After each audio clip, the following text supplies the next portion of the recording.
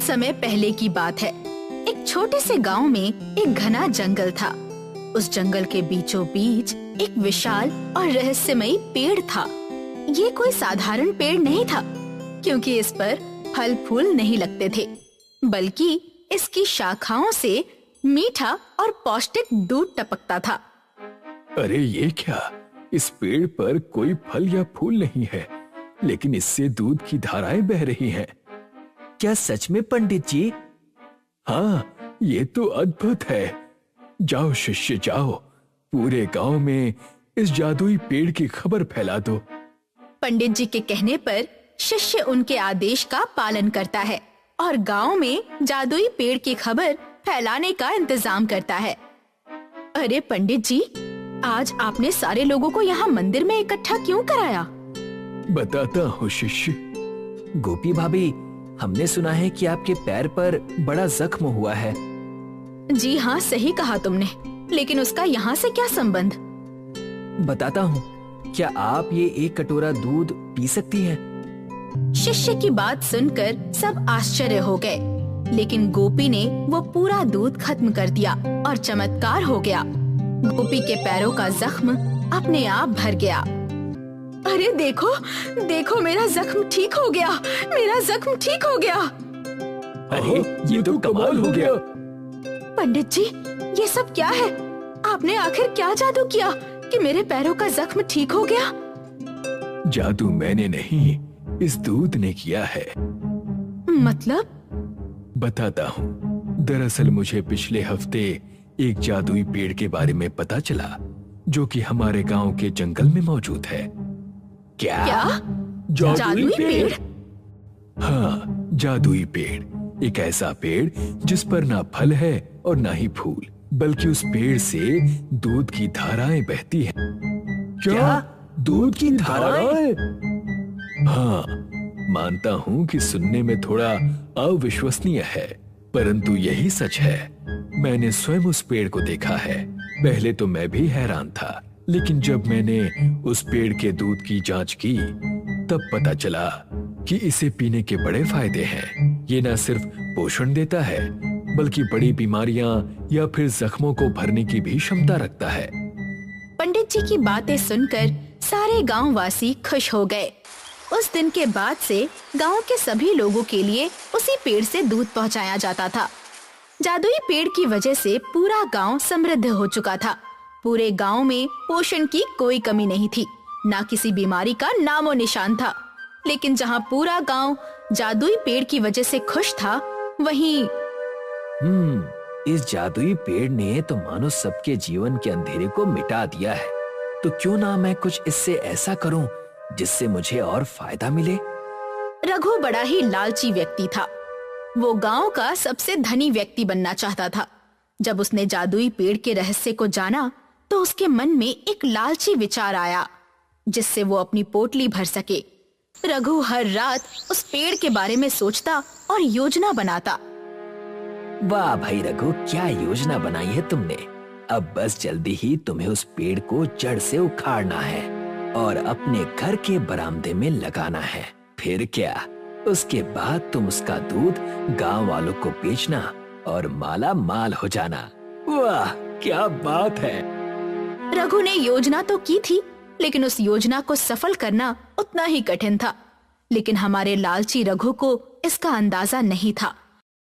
कुछ दिनों बाद रघु देर रात गांव के बाहर जंगल जा पहुंचा। बहुत देर बाद आखिर उसे वो जादुई पेड़ मिल ही गया। वाह, आखिर मिल ही गया। दिखने में बड़ा तो है। चलो अब काम शुरू करते हैं। रघु ने पेड़ को तोड़ने के लिए कुल्हाड़ी से उस पर वार करने ही वाला था कि तभी उसके हाथ से वो कुल्हाड़ी कहीं दूर उड़ते हुए गिर गई। रघु चकित हो गया। अरे ये कैसे हो गया? मेरी कुल्हाड़ी अपने आप हवा में कैसे उड़ने लगी? रघु को कुछ समझ नहीं आ रहा था कि उसके साथ क्या हो रहा है। रघु निराश होकर वापस घर लौट आया, लेकिन जैसे ही वो वापस घर आया, उसने देखा कि पंडित जी उसके घर के बाहर उसकी राह देख रहे थे। उन्हें देखकर रघु चकित हो गया। अरे पंडित जी, आप यहाँ इतनी रात को क्या कर रहे हैं? मेरी छोड़ो, तुम बताओ कि तुम इतनी रात गए कहां से आ रहे हो? वो मैं बाहर गया था किसी काम की वजह से, तो आने में देर हो गई। सच? हाँ हाँ, क्यों, क्या हुआ? ठीक है, वैसे जाते जाते एक बात कहना चाहता हूं। जिस प्रकार झूठ बोलना गलत है, उसी तरह झूठ की कमाई भी गलत है। पंडित जी की बात सुनकर रघु कुछ गड़बड़ा गया। उसे डर लगने लगा कि कहीं उन्हें कुछ पता तो नहीं चला, लेकिन उसने उस बात को अनदेखा कर दिया। पिछली रात जो हुआ था उससे रघु निराश था। तभी गांववासी उसके घर की ओर चले आ रहे थे। अरे ये क्या, सारे गांववासी यहाँ क्यों आ रहे हैं? रघु बाहर चला गया। अरे गांव वालों, सुबह सुबह आप सब यहाँ क्यों आ रहे हैं? शर्म नहीं आती तुम्हें ये पूछते हुए? अरे ये क्या बदतमीजी है? अरे वाह, गलती तुम करो और बदतमीज हमें बोल रहे हो। गलती? कौन सी गलती? कल तुम कहाँ थे रघु? अच्छा, इस पंडित ने चुगली कर ही दी।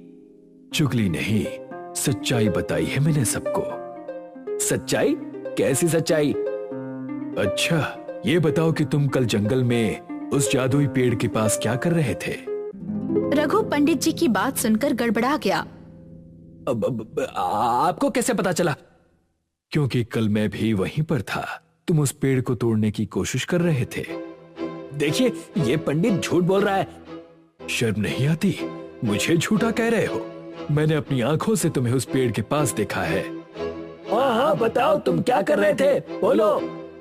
गांव वालों के सवाल से रघु परेशान हो चुका था और उसने सारा सच बता दिया। हाँ, मैं गया था उस पेड़ के पास, उसे काटने की कोशिश की तो क्या गलत किया?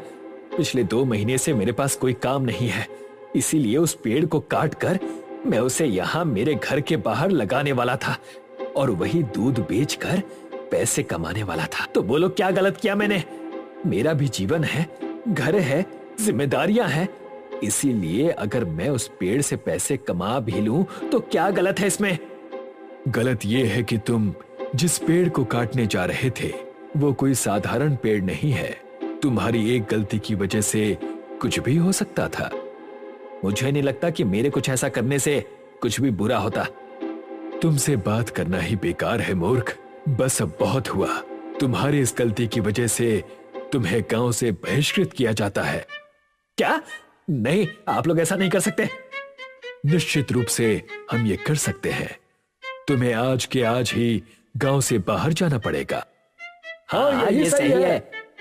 पंडित जी की बात सुनकर रघु गुस्से से तिलमिला उठा। उसे पंडित जी का ये निर्णय बिल्कुल पसंद नहीं था। नहीं, तुम लोग गलती कर रहे हो। मुझे बाहर निकालकर बहुत बड़ी गलती कर रहे हो। भुगतोगे, सब के सब भुगतोगे।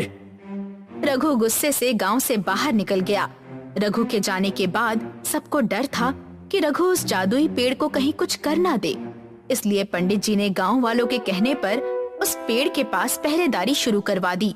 लेकिन 3 महीने हो गए पर रघु का कोई नामो निशान नहीं था, इसलिए 3 महीने बाद पंडित जी ने पहरेदारी हटवा दी। सबने मानो चैन की सांस ले ली थी। लेकिन गजब हो गया, जिस दिन पंडित जी ने जादुई पेड़ से पहरेदारी हटवा दी, उसी दिन रघु ने जादुई पेड़ पर हमला कर दिया। पंडित, तूने मुझे बाहर निकाल कर ना बहुत बड़ी गलती की है। तू इस पेड़ को बचा रहा था ना, अब देख मैं इसका क्या हाल करता हूँ। रघु ने तय कर लिया था कि वो उस पेड़ को बर्बाद करके ही रहेगा। तभी अचानक उस पेड़ से एक परछाई बाहर आ गई। उसे देखकर रघु चकित हो गया। देखो, ये पेड़ इस गांव के लिए उनके पूर्वजों की देन है, इसे बर्बाद मत करो। नहीं, मैं अब किसी की नहीं सुनने वाला। जिन लोगों ने मुझे इस गांव से बाहर निकाला है, उन्हें उनकी गलती की सजा मिलकर रहेगी। ठीक है, जैसी तुम्हारी इच्छा। और वो परछाई हवा में गायब हो गई और रघु ने उस जादुई पेड़ को अपनी कुल्हाड़ी से तोड़ मरोड़ दिया। अब देखता हूँ गांव वालों का भला कैसे होता है। रघु खुश था, उसका बदला पूरा हो चुका था। लेकिन जैसे ही वो पलटकर आगे बढ़ा, उसके पूरे शरीर में करंट जैसा कुछ बहने लगा और तब उसे उस परछाई की बात याद आई। देखो, ये पेड़ इस गांव के लिए उनके पूर्वजों की देन है, इसे बर्बाद मत करो। अब रघु को एहसास हुआ था कि गुस्से में लिए उसके एक फैसले की वजह से उसकी ये हालत हो गई थी। सीख, इंसान को अपने क्रोध पर काबू पाना आना चाहिए, वरना वही क्रोध उसकी बर्बादी का कारण भी बन सकता है। अक्षरपुरी गांव में मंगरू अपनी माँ माया के साथ रहा करता था। इस गांव में हड्डियों से जुड़ी दिक्कतें हर इंसान को थी, मानो ये अब पुश्तैनी देन हो गई हो। आज मंगरू अपनी 60 वर्षीय माँ को व्हील चेयर पर बिठाकर बढ़ई के दुकान ले जा रहा था। क्या हाल चाल है मंगरू? आज माताजी के साथ यहाँ कैसे आना हुआ? वो भैया, आपने ये जो व्हीलचेयर हमें दी है ना, ये कुछ ठीक नहीं है। अभी महीना भर भी नहीं हुआ इसे बनवा के और ये फिर खराब हो गई। पूरा गांव भी तो यही इस्तेमाल कर रहा है। तुमने खरीदी थी 2 साल पहले, तो अब खराब तो हो ही जाएगी ना। बेटा बढ़ई, तुम्हारे पिता जो व्हील चेयर बनाते थे वो तो इतने मजबूत होते थे कि 2 पुश्तें इस्तेमाल कर ले। वो क्या है ना, वो पिताजी बनाते थे चाची। देखो भैया, ना लेना है तो बता दो, वरना जब पैसे होंगे तब आ जाना। चलो मंगरू, और परेशान करना ठीक नहीं। दोनों वहाँ से सरपंच के घर की ओर निकल पड़ते हैं। आओ मंगरू, प्रणाम माताजी। बताइए, मैं आपकी क्या सेवा कर सकता हूँ? अभी बढ़ई के दुकान से लौटे हैं, कोई मदद नहीं मिली। अगर हो सके तो कोई पुराना व्हील चेयर हो तो मुझे दे दो। आप चिंता ना करें, इस साल जो व्हील चेयर बांटेंगे ना, उसमें से मैं आपको भी एक दे दूंगा। सरपंच जी, एक बात पूछूं? पूछो पूछो, क्या बात है? जब तक हम इस बीमारी को जड़ से ठीक नहीं करते, तब तक हम आगे नहीं बढ़ सकते हैं। मंगरू, तुम्हारी बात तो सही है, लेकिन हम लोग इसके लिए कुछ कर नहीं सकते। तुम सब जवान खून हो, कोशिश करना कि तुम्हारी आयु में इसका कोई ना कोई उपाय कर लो। ठीक है सरपंच जी, अच्छा अब मैं चलता हूँ। मंगरू अपने घर की तरफ लौट जाता है। बढ़ई, जो कि सिर्फ अपने फायदे के लिए खराब व्हील चेयर बना रहा था, उससे मंगरू बहुत ही निराश था। रात हो चुकी थी और माया के सोते ही मंगरू नदी किनारे टहलने चला जाता है। मंगरू नदी किनारे बैठकर पत्थर मार रहा था और खुद से बातें कर रहा था। पता नहीं क्या दिक्कत है इस गांव में, आयु 50 पहुंची नहीं कि लोगों की हड्डियां जवाब दे देती हैं। और वो बढ़ई, लोगों की जरूरत है तो चीजों को जानबूझ के ऐसे बनाता है कि जल्दी खराब हो जाए और लोग उससे बार बार खरीदें। तभी नदी से एक महिला के चिल्लाने की आवाज आने लगी। बचाओ! बचाओ! बचाओ! अरे कौन है? क्या हुआ? चिल्लाते हुए वो आवाज बाहर आ जाती है और पता चलता है कि कोई घायल मगरमच्छ है, जिसके पैरों में मछुआरों का कांटा घुसा है। अरे मोरी मैया, ये क्या है? मेरी मदद करो, मुझे बचा लो। मंगरू को बहुत डर लगता है, फिर भी वो हिम्मत जुटाकर उस मगरमच्छ की पीड़ा दूर करने के लिए चला जाता है। मंगरू मगरमच्छ के पैरों से वो कांटा निकाल देता है और एक कपड़े से उस घाव को बांध देता है। लो, अब राहत होने में थोड़ा समय लगेगा।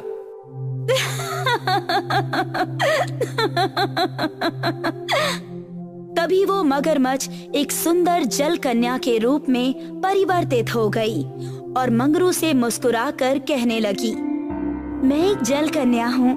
मुझ पर एक बहुत ही बड़ा श्राप था। मैंने अपने रूप के अहंकार में एक ऋषि को क्रूर बातें कही थी और उनका अपमान किया था। तब से उन्होंने मुझे श्राप दिया था कि मेरा भयानक मगरमच्छ जैसा चेहरा हो जाएगा और कोई बहुत ही साहसी और नेक इंसान होगा जो कि इस रूप को देखकर भी मेरी मदद करेगा। तब मैं श्राप मुक्त हो पाऊंगी। साहस, धीरज, शील सब है तुम में। इन सब गुणों से खुश होकर मैं तुम्हें एक इच्छा मांगने का अवसर देती हूँ। मैं अपने लिए कुछ नहीं चाहता देवी, पर आप यदि चाहें तो इस गांव में जो रोग लगा है हड्डियों का, वो हर ले तो अच्छा रहेगा। स्वार्थ रहित भी हो, ठीक है, तथास्तु, तुम्हारे घर के पास एक कुआं आ जाएगा। उस कुएं में केवल दूध से बनी चीजें तुम अपनी इच्छा से निकाल सकते हो। पर उससे गांव की मदद कैसे होगी देवी? दूध पहले से ही हड्डियों के लिए फायदेमंद है, मगर ये दिव्य दूध, चाहे इसे पियो या इसके इर्द गिर्द भी रहो, तो वो सारी दिक्कतें जड़ से खत्म कर देगा। ध्यान रहे मंगरू, ये तुम्हारे गुण देखकर मैंने तुम्हें दिया है। इसका इस्तेमाल केवल तुम्हारी इच्छा से ही हो सकता है। अब मैं विदा लेती हूँ, कल्याण हो। मंगरू बड़ी ही खुशी से अपने घर पहुँचा और पाया कि वहाँ पर एक कुआं है और उसमें सफेद दूध है। जय हो देवी की।